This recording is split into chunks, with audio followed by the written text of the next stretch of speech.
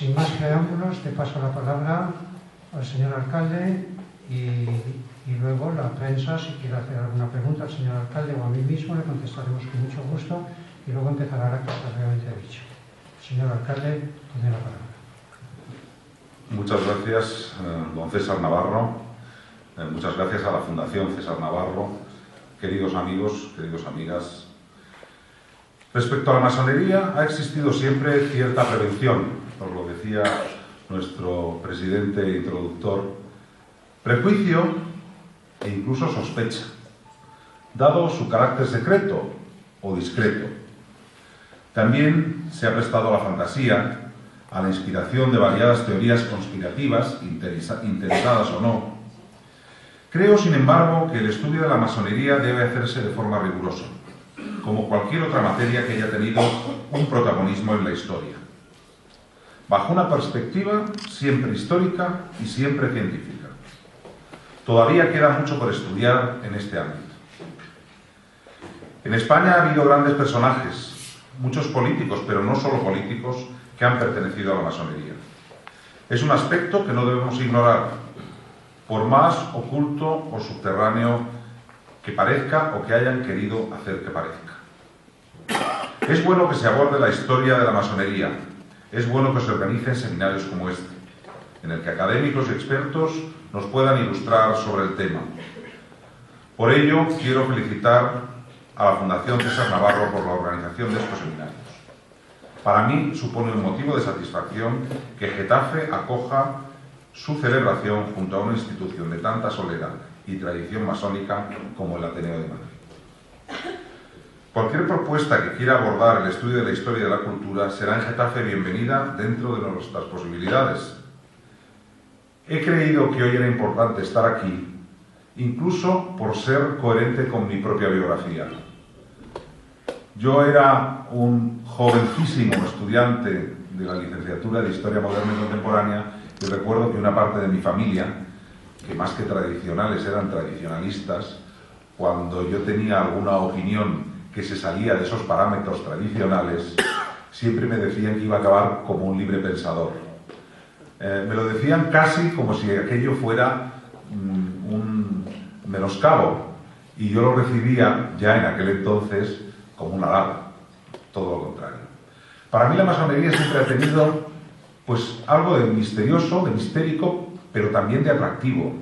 Grandes personajes que yo he admirado de la historia eran masones: Benjamin Franklin, George Washington, Winston Churchill, o si no lo eran, por lo menos decían que lo eran algunos de sus amigos o de sus detractores, Harry Truman. En España ha habido masones de una importancia en nuestra historia extraordinaria. No sé si lo fue el conde de Aranda, pero se decía que lo fue. Desde luego sí lo fue Manuel Azaña y muchas otras personalidades de la Segunda República. La masonería ha tenido siempre un atractivo para un historiador, sobre todo porque por culpa de una dictadura en España la vida de la masonería no ha tenido que ser secreta, ha tenido que ser profundamente secreta por la persecución injustísima que siguió a ella.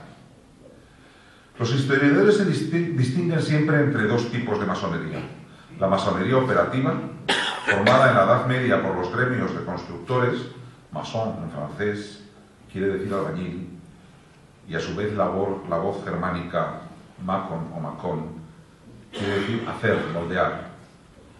Estos gremios se reunían para compartir secretos y técnicas de edificación. Pero estas sociedades fueron evolucionando hacia lo que luego se ha conocido como masonería especulativa o filosófica, que eran comunidades de tipo especulativo e intelectual y aparecen a finales del siglo XVII y principios del siglo XVIII. No es casual que la masonería especulativa aparezca al tiempo que las primeras academias, sociedades y clubes y tertulias intelectuales, que se han convertido en el símbolo de la Ilustración europea. Ilustración y masonería tienen mucho que ver, y yo siempre he admirado la capacidad de ruptura que tuvo la Ilustración en el XVIII y que fue la antesala del mundo moderno. En esas tertulias se ejercitaba el pensamiento crítico. Se ponían en duda los dogmas religiosos, los anatemas sociales y políticos, todo lo hasta entonces imperante y que oprimía al individuo. Se desarrolló el método científico y se desenvolvió el racionalismo. Ello ha servido en Europa, y la masonería es también un fenómeno originado en Europa, para el logro de numerosos avances en sentido de favorecer las libertades y el desarrollo de nuevas corrientes filosóficas y morales modernas. No caer en una concepción de la historia como progreso, pero sí señalar que la Ilustración y el libre pensamiento dejaron un legado destacable y, gracias a Dios, imborrable. Kant se preguntaba qué es la Ilustración.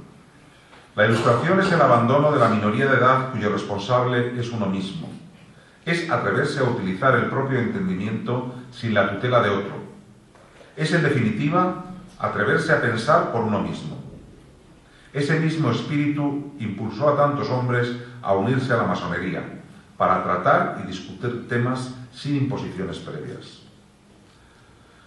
Generó una cierta oposición, o una mucha oposición, desde que apareció. La masonería ha contado con grupos de oposición notables, organizaciones religiosas que quieren mantener una ortodoxia, la Iglesia en nuestro caso, regímenes autoritarios que sospechan siempre de quienes son libres a la hora de pensar, dictaduras. Todas ellas a menudo la identifican con núcleos subversivos dado su carácter libre pensador.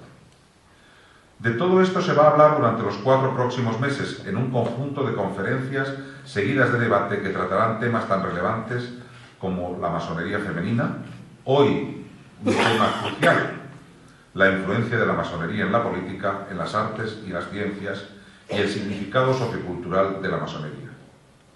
O aspectos más específicos, como la relación del krausismo y el regeneracionismo con la masonería, o la masonería y la Iglesia, o el caso de personajes claves masones, como Prim o como Ramón y Cajal. En fin, os felicito por esta convocatoria.